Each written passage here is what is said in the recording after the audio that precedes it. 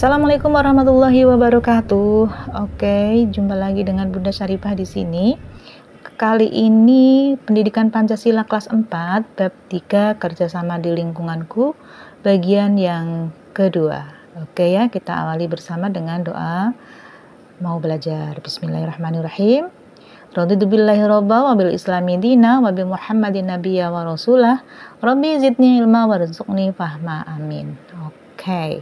Jika di bagian ke-1 ada cerita tentang bagaimana kerja bakti persiapan untuk Agustusan, untuk bagian yang kedua ini kita mulai dari materi C, kompak dan bersatu.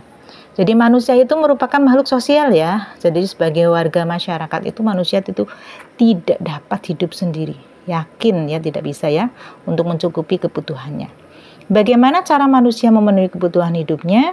Nah, dalam kehidupan sosial bermasyarakat, meskipun ada seseorang yang mempunyai jabatan, misalnya nih kepala desa, atau lurah, gubernur, bupati, itu berpendidikan, bergaji tinggi, serta kuat secara fisik, pasti selalu membutuhkan bantuan orang lain dan memenuhi kebutuhan hidupnya. Untuk itu kita perlu menjaga persatuan dan kesatuan agar dapat membantu satu sama lain. Ya kan, tidak usah jauh-jauh deh dengan bupati gubernur. Kita sendiri tidak bisa hidup sendiri ya. Kita tetap butuh nasinya dari Pak Tani ya, yang menanam. Kita butuh baju dari konveksi, dari penanam kapas ya, dan sebagainya. Oke ya, selanjutnya kita akan membaca cerita yang menggambarkan kehidupan sosial, kekompakan dan saling membantu yang menjadi nilai-nilai persatuan. Judulnya persahabatan nih, ya.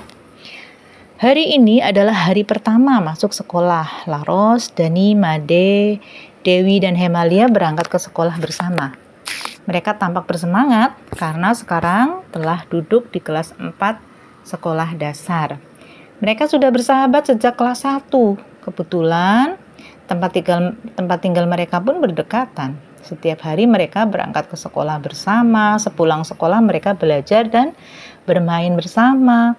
Mereka bermain dan belajar tidak selalu berlima sih ya. Mereka selalu mengajak teman-temannya yang lain. Mereka selalu bersikap baik kepada siapa saja sehingga mereka sangat disukai oleh teman-teman, guru, dan orang tua mereka. Sebagai sesama teman, mereka selalu kompak dan saling membantu dalam segala hal. Dengan saling membantu, pekerjaan mereka menjadi ringan. Misalnya, jika ada kesulitan dalam mengerjakan tugas atau PR, mereka selalu saling memberitahu dalam penyelesaiannya. Dengan demikian, tugas dari guru dapat mereka kerjakan dan nilai-nilai yang mereka dapatkan pun selalu memuaskan. Oke ya. Nah, ini ada gambar di mana Laros dan sahabatnya juga saling berbagi ya. Kalau di gambar ini sedang berangkat sekolah bersama ya. Mereka senang berbagi cerita tentang pengalaman mereka di rumah. Saling berbagi mainan ketika bermain, saling meminjamkan buku cerita, alat tulis, dan sebagainya. Mereka juga suka tolong-menolong. Ketika ada teman yang memerlukan bantuan, mereka selalu membantunya. Ketika ada teman yang belum mengerti pelajaran, mereka juga sering membantu sehingga temannya tersebut dapat memahami pelajaran. Tidak hanya itu, mereka juga senang membantu sesamanya, baik di sekolah maupun di lingkungan sekitar tempat tinggalnya. Mereka suka memberi bantuan kepada korban bencana alam. Selain itu, mereka sering mengumpulkan bantuan dari teman-teman, guru, dan anggota masyarakat lainnya. Kemudian mereka serahkan bantuan secara langsung atau dititipkan kembali kepada posko penampungan bantuan untuk korban bencana alam. Keren ya. Ya, oke, saatnya menulis sekarang ya. Tuliskan pengalamanmu. Nah, ini ya tentang persahabatan. Nah, kalian tentu punya ya bestie gitu ya. Punya teman, sahabat gitu kan, yang mencerminkan kekompakan dan saling membantu satu sama lain. Lalu ceritakan di depan kelas. Kepedulian, kekompakan, dan saling membantu adalah perbuatan yang mulia. Jika kita tidak peduli, kita dapat memiliki banyak teman sehingga kita tidak menjadi sedih dan kesepian karena banyak yang menemani di sekeliling kita. Melalui kekompakan dalam bekerja sama, membuat semua hal menjadi ringan dan dapat diselesaikan dengan cepat. Hidup menjadi bermakna dengan saling membantu karena kebutuhan kita dan orang lain dapat terpenuhi. Oke, saatnya kita diskusi ya. Biasa bentuk kelompok yang terdiri dari 3-5 orang saja. Perhatikan ya gambar di bawah ini nih. Diskusikan dan tuliskan rencana yang akan kalian lakukan. Kalau dilihat dari gambar itu, tampaknya itu gambar di posko korban bencana alam ya. Ada yang sedang diinfus, ada yang sedang konsultasi, memasukkan data, ada yang sedang dicek tensinya ya, dan sebagainya. Oke. Selanjutnya, ayo bermain. Nah, ini menarik nih. Pernahkah kamu bermain gobak sodor? Gobak sodor itu adalah salah satu permainan tradisional Nusantara ya. Mari simak penjelasan tentang permainan gobak sodor berikut ini nih. Lalu bermainlah bersama teman-teman. Judulnya bermain gobak sodor. Deskripsi singkatnya, permainan ini terkenal ya di hampir seluruh pulau Jawa. Ada yang berpendapat bahwa permainan ini asalnya dari daerah Yogyakarta. Nama permainan ini terdiri dari kata gobak dan sodor. Gobak berarti permainan tradisional dengan menggunakan lapangan berbentuk segi empat berpetak-petak. Sedangkan sodor artinya tombak atau mengulurkan ke depan. Bisa berupa tangan atau benda lain. Jadi konon katanya nih dahulu para prajurit latihan berperang dengan bermain sodoran sebagai salah satu keterampilannya. Sodor adalah tombak tanpa bagian yang tajam atau runcing pada ujungnya dengan penunjang dengan panjang kira-kira 2 meter. Jadi itu sodor ya. Nah, pemainnya ini butuh jumlah pemain yang genap ya, antara 6-10 orang dan terbagi menjadi 2 kelompok, yaitu tim serang dan tim jaga. Nah, jadi setiap kelompok pemain beranggotakan 3-5 orang. Dalam permainan ini yang perlu dipersiapkan adalah lapangan yang berbentuk persegi panjang. Kotak persegi panjang yang paling besar dibuat, lalu di dalamnya ditarik garis melintang sehingga menjadi beberapa kotak persegi panjang kecil. Kemudian tarik lagi garis tengah yang tegak, lurus dengan garis melintang, sehingga akan berbentuk banyak petak yang sama besar. Garis inilah yang disebut garis sodor. Nah ya, sekarang ke aturan bermainnya nih. Aturan bermainnya itu, yang pertama, tiap pemain tim serang dari tempat awalnya harus berusaha melewati semua garis melintang.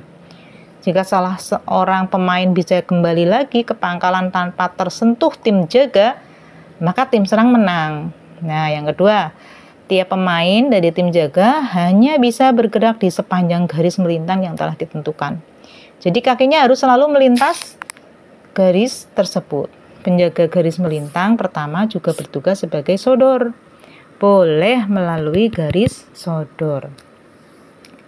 Jika salah satu pemain tim jaga bisa menyentuh satu pemain tim serang, tim jaga yang menang dan berganti menjadi tim serang. Begitu seterusnya. Nah, jika terdapat satu petak yang terisi 2 atau lebih pemain, tim serang kalah dan berganti jadi tim jaga. Nah, sekarang jalannya permainan nih. Jadi para pemain dibagi menjadi 2 kelompok kan tadi ya, tim serang dan tim jaga kan. Nah, masing-masing tim itu memilih ketua yang bertugas sebagai sodor dari salah satu anggotanya. Tim serang berkumpul semuanya di pangkalan, sementara tim jaga bersiap di garis-garis pertahanan, disebar ya, yang telah dipilih oleh ketuanya ya. Tim serang itu harus berusaha masuk dan melewati petak-petak tanpa tersentuh tim jaga hingga dapat berada di belakang garis. Kemudian berusaha kembali lagi ke pangkalan. Nah, jika seorang pemain tim serang bisa kembali lagi ke pangkalan tanpa tersentuh oleh tim jaga, maka tim serang dinyatakan sebagai pemenang. Lalu dapat poin gitu ya. Seru ya kayaknya ya. Kita praktekkan besok saat materi pendidikan jasmani deh ya. Oke. Materi yang D, bahasa Indonesia sebagai bahasa persatuan, kebutuhan hidup setiap orang dalam kebersamaan dan keberagaman, baik itu di lingkungan keluarga, sekolah, maupun masyarakat itu memerlukan komunikasi, berinteraksi, dan bersosialisasi dengan orang lain. Hal itu terjadi karena kesadaran manusia sebagai makhluk sosial. Nah, agar interaksi dan sosialisasi berjalan dengan baik dibutuhkan bahasa pemersatu sebagai sarana komunikasi, gitu ya. Para pemuda dari berbagai pelosok Nusantara berkumpul dalam Kongres Pemuda pada tanggal 28 Oktober 1928. Pada saat itu bahasa Indonesia dilahirkan. Para pemuda mengucapkan ikrar. Ikrarnya berbunyi, 1. Kami, putra dan putri Indonesia, mengaku bertumpah darah yang satu, tanah air Indonesia.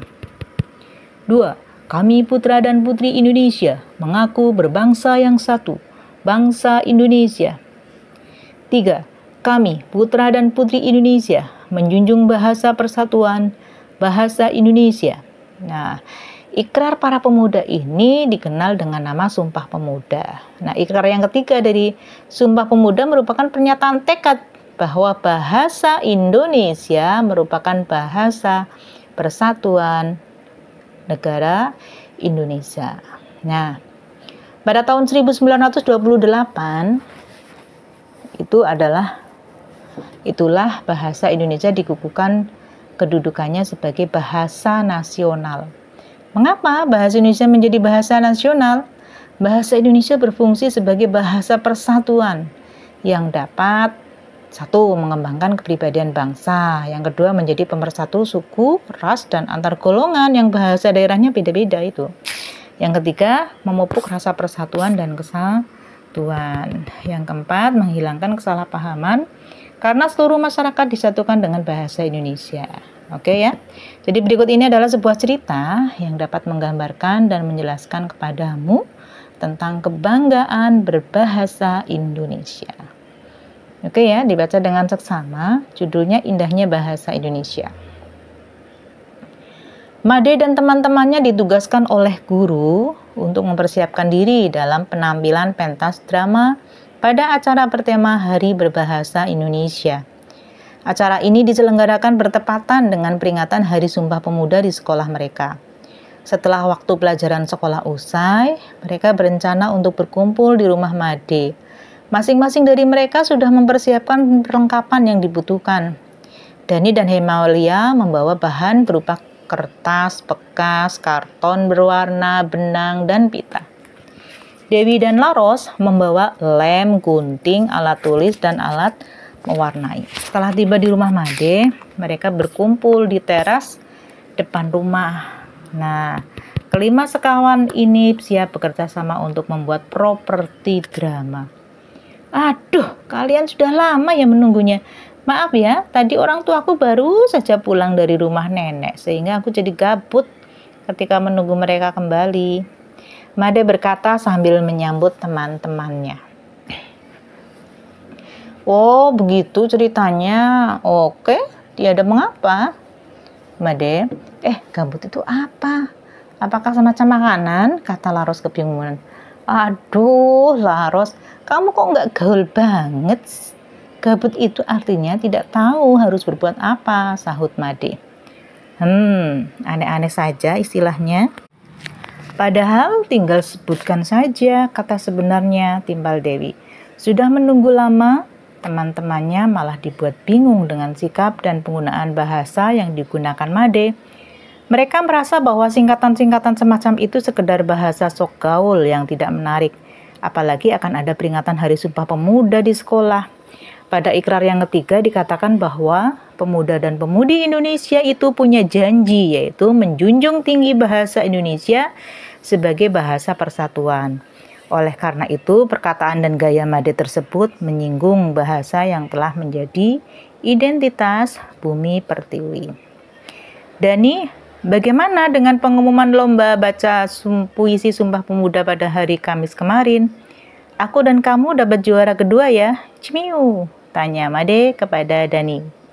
Iya benar, baru saja malam tadi pengumumannya. kita dapat juara 2. Made, cemiu itu apa lagi? Kata Dani. Hehehe, maaf Dani, kamu masih belum tahu juga ya. Cemiu itu singkatan dari correct me if I am wrong. Artinya koreksi bila aku salah, ujar Made. Dani dan teman-temannya hanya mengangguk sambil tersenyum.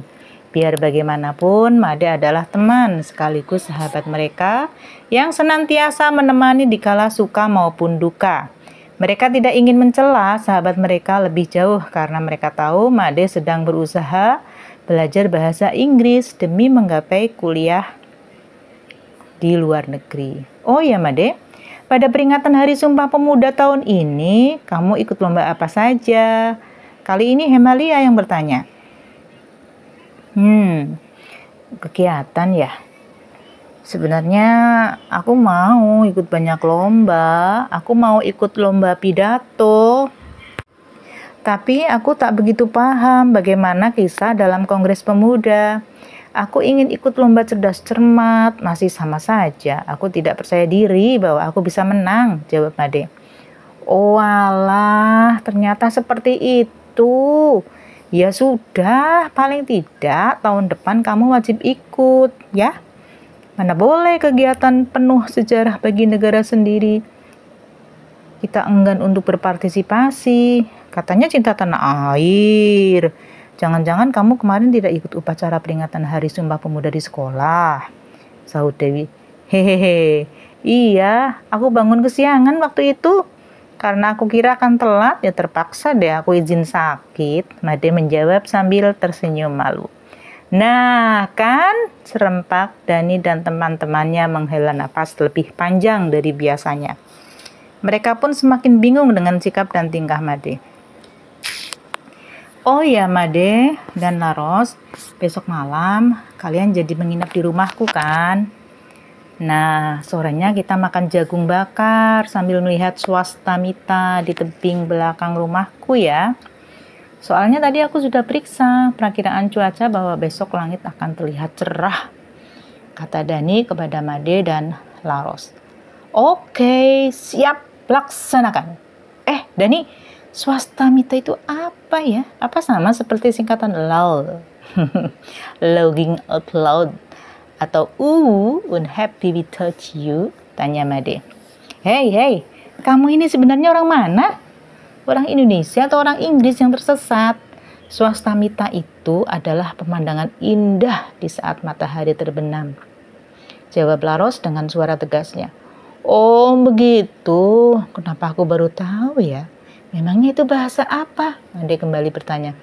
Aduhai Made, itu bahasa Indonesia, sahut Dani. Oke. Aku baru dengar loh. Ternyata bahasa Indonesia juga terdengar indah dan artinya luar biasa ya, ujar Made. Tentu saja. Aku tes kamu sekali lagi ya Made. Kamu tahu apa itu arunika? Tanya Dani.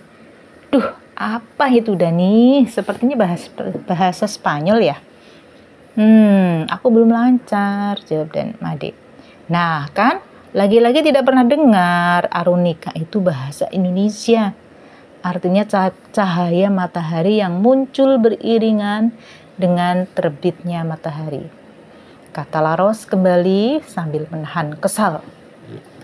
Wah, aku tak menyangka ternyata bahasa kita seindah itu, kata Made. Made pun terkagum-kagum dengan dua kata baru yang didengarnya setelah diucapkan oleh Dani. Dia merasa malu terhadap diri sendiri. Selama ini ia merasa bangga karena hafal begitu banyak singkatan gaul bahasa Inggris. Baginya keren, tapi tidak lebih keren daripada bahasa Indonesia. Made, karena kita adalah pelajar dan pemuda bangsa Indonesia nih, sudah menjadi kewajiban kita untuk mencintai dan menggunakan bahasa Indonesia. Kali ini Hemalia berkata kepada Made. Belajar bahasa asing itu bagus, bahkan sangat bagus. Namun gunakanlah di waktu dan keadaan yang tepat. Sekarang ada begitu banyak orang yang mencampur adukan bahasa Indonesia dan bahasa Inggris, sehingga dijuluki Keminggris. Mereka kira mereka keren, padahal tidak. Dan lambat laun bahasa kita sendiri yang akan terlupakan. Dewi menambahkan. Siap, teman-temanku yang baik hati. Terima kasih telah menyadarkanku. Kalian benar-benar sahabat terbaikku. Saat ini juga aku ingin belajar lebih banyak tentang bahasa Indonesia. Made pun kembali bersemangat untuk membantu teman-temannya membuat properti drama. Kelima sekawan ini bersahabat dan saling membantu satu sama lain. Setiap orang bertanggung jawab atas pekerjaannya. Tiada seorang pun di antara mereka yang berdiam diri atau sekedar memberi perintah. Semuanya ikut serta dalam setiap pekerjaan. Ketika Dani dan Hemalia membutuhkan bantuan untuk memotong kertas dan karton, Dewi memberikan gunting. Saat Laros terlihat kesulitan menggambar pola, Made ikut pula membantunya. Kelima sekawan itu tampak saling bekerja sama dengan semangat tanpa melihat perbedaan yang ada. Oke, bagus sekali ya ceritanya ya. Jadi setelah membaca cerita di atas, nanti kamu bisa menemukan tadi ada kata-kata dalam bahasa Indonesia yang baru diketahui ya. Diskusikan kata-kata menarik lainnya nih dalam bahasa Indonesia. Kemudian buatlah kalimat menggunakan kata tersebut. Tadi ada kata-kata arunika ya. Swastamita tadi apa itu? Nah itu ya, coba kalian cari lagi bahasa-bahasa yang seperti itu ya. Nah, sesi yang selanjutnya kalian membentuk kelompok yang terdiri dari 3-4 orang ya. Nanti lakukan wawancara kepada peserta didik kelas lain. Boleh guru atau pekerja yang ada di lingkungan sekolah juga boleh. Kalian saling berbagi tugas. Ada yang bertugas sebagai pemimpin wawancara, ada yang sebagai penanya, ada yang sebagai pencatat jawaban dan penyimak wawancara. Nah, tulislah hasil wawancara kalian pada tabel berikut ini di buku tulis. Nah, contohnya nih narasumbernya siapa? Pedagang, misalnya pedagang yang ada di depan sekolah juga bisa. Ya. Nah, narasumbernya siapa yang diwawancarai, pekerjaannya apa, asal daerahnya dari mana, bahasa sehari-hari yang dipakainya apa, alasan bahasa tersebut, menggunakan bahasa tersebut kenapa. Oh, mungkin orang tuanya dari mana gitu kan, mungkin ya alasan dia menggunakan bahasa tersebut karena mungkin orang tuanya dari mana gitu. Oke ya. Ya. Nah, ini sesi yang terakhir, nanti kalian bercerita nih ya.